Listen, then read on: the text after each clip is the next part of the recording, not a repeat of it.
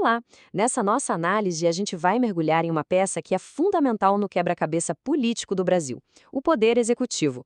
Vamos entender direitinho o que ele faz, quem comanda e, claro, como as decisões de lá de cima impactam o nosso país.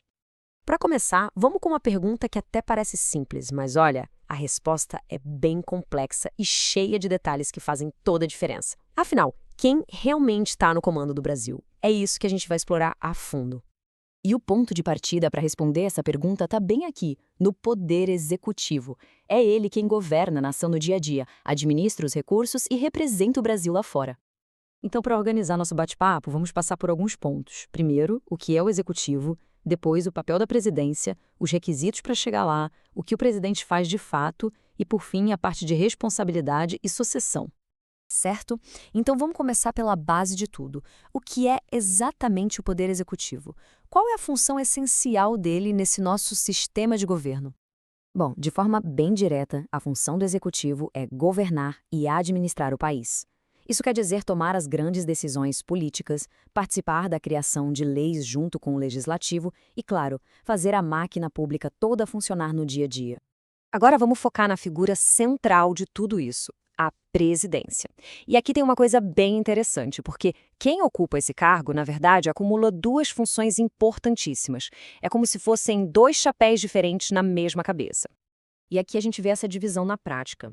Como chefe de Estado, a pessoa na presidência é o rosto do Brasil para o mundo, sabe? Representa a nação em tratados, em eventos internacionais. Já como chefe de governo, o foco é para dentro. É comandar a administração, definir as políticas públicas e fazer o governo funcionar aqui, no Brasil. Tá, mas e quem pode ocupar essa posição tão importante? Vamos ver agora o que a Constituição exige de quem quer se candidatar à presidência do Brasil.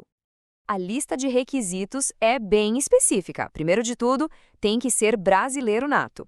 Além disso, a pessoa precisa estar em pleno exercício dos seus direitos políticos, ter o alistamento eleitoral em dia, um domicílio eleitoral, ser filiada a um partido político e, por fim, ter no mínimo 35 anos de idade.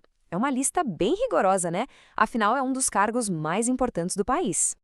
Ok, então qual seria a descrição do trabalho de quem ocupa a presidência?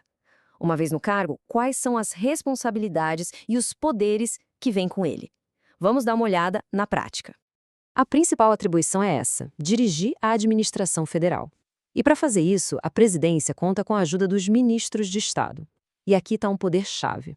A pessoa na presidência tem total liberdade para nomear e demitir esses ministros, montando a equipe que vai colocar o plano de governo em prática. E olha só que detalhe curioso sobre esse poder de nomeação. Muita gente acha que toda nomeação importante precisa passar pelo Senado, né? Mas não é bem assim.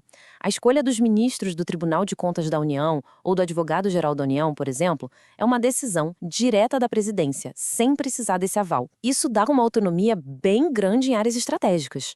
E não é só administrar, não. A presidência também tem um papel ativo na criação de leis. Um exemplo bem claro disso é o poder exclusivo de propor projetos que mexam na estrutura ou no tamanho das Forças Armadas. Isso mostra bem como o executivo influencia diretamente a legislação, principalmente em áreas superestratégicas, como a defesa nacional. Para fechar, vamos falar de um pilar da nossa democracia, os mecanismos de controle. O que acontece se a pessoa na presidência comete um crime? E quem assume o cargo se ela não puder continuar? Essas são as regras que formam um sistema de freios e contrapesos. Em caso de algum impedimento, ou se o cargo ficar vago, a Constituição tem uma linha sucessória bem clara. Primeiro, assume quem é da vice-presidência. Se não puder, a responsabilidade passa para o comando da Câmara, depois do Senado e, por último, para a presidência do Supremo Tribunal Federal. É uma cadeia de comando pensada para garantir a estabilidade do governo. E a questão da responsabilização. O nosso sistema tem dois caminhos diferentes, que dependem do tipo de infração cometida. De um lado, estão os crimes comuns. Do outro, os chamados crimes de responsabilidade.